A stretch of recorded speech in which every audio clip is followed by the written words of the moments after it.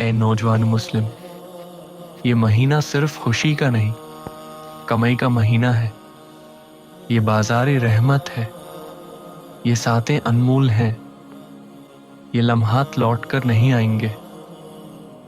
سوال یہ ہے، ہم کیا کما رہے ہیں؟ کہیں ایسا تو نہیں کہ ہم صرف سحری و افطاری کے ذائقے جمع کر رہے ہیں، مگر اپنے نامہ اعمال میں خالی پن بڑھتا جا رہا ہے؟ اے نوجوان، ذرا اپنے دل پر ہاتھ رکھ کر سوچ، کیا ہمیں اپنے ایمان کی خبر ہے؟ کیا ہمارا دل نماز کے لیے تڑپتا ہے؟ کیا قرآن سے ہمارا تعلق زندہ ہے؟ کیا مسجد ہمیں بلاتی ہے یا ہم خود کو مصروفیات کے بہانے سلا دیتے ہیں؟ ایمان کی حالت، ایک سنجیدہ سوال۔ ایمان جامد نہیں رہتا، وہ بڑھتا بھی ہے اور گھٹتا بھی۔ جب آنکھ حرام سے بچتی ہے، زبان سچ بولتی ہے، دل اللہ کو یاد کرتا ہے، تو ایمان بڑھتا ہے۔ اور جب دل دنیا کی چمک میں کھو جائے، نماز بوجھ لگے، قرآن الماری کی زینت بن جائے، تو ایمان کمزور ہونے لگتا ہے۔ ہم میں سے کتنے ہیں جو فجر کی اذان سنتے ہیں اور کہتے ہیں ابھی تو وقت ہے؟ کتنے ہیں جو تراویح کے بجائے موبائل کی اسکرین کو ترجیح دیتے ہیں؟ کتنے ہیں جو مسجد کی پہلی صف کے بجائے دوسری، تیسری بلکہ صف میں جگہ ڈھونڈتے ہیں؟ کہیں ایسا تو نہیں کہ ہم دوسری صف کے مسلمان بن گئے؟ نام کے مسلمان، رسم کے مسلمان، مگر عمل میں کمزور۔ روزہ صرف بھوک نہیں، تربیت ہے۔ روزہ صرف بھوک اور پیاس کا نام نہیں، یہ نفس کو قابو میں کرنے کا نام ہے۔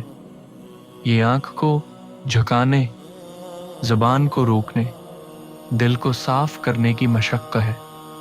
اگر روزہ رکھنے کے باوجود ہم جھوٹ بولیں، غیبت کریں، گالی دیں، وقت ضائع کریں، تو پھر ہم نے کیا کمایا؟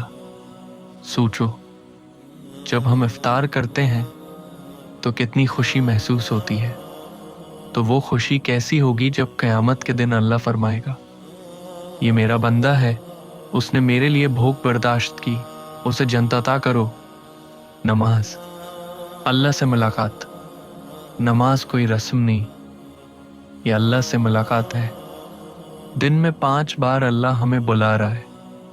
کتنی بڑی سعادت ہے کہ رب کائنات ہمیں اپنے دربار میں کھڑا ہونے کا موقع دیتا ہے، مگر ہم کبھی مصروفیت کا بہانہ، کبھی نیند کا بہانہ، کبھی دوستوں کی محفل۔ کیا ہم نے سوچا کہ اگر اللہ ہمیں اپنے دربار سے نکال دے تو ہمارا کیا حال ہوگا؟ اے نوجوان، قیامت کے دن سب سے پہلا سوال نماز کا ہوگا۔ اگر نماز درست ہوئی تو باقی اعمال بھی سنور جائیں گے، اور اگر نماز ہی کمزور ہوئی تو کیا جواب دیں گے؟ قرآن، ہدایت کی روشنی۔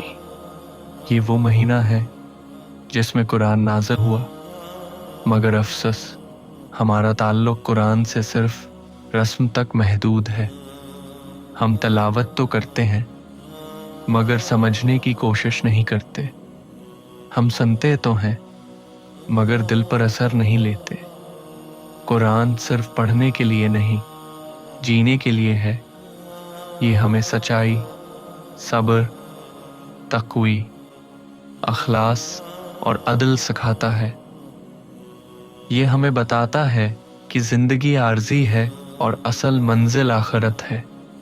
آخرت، اصل منزل۔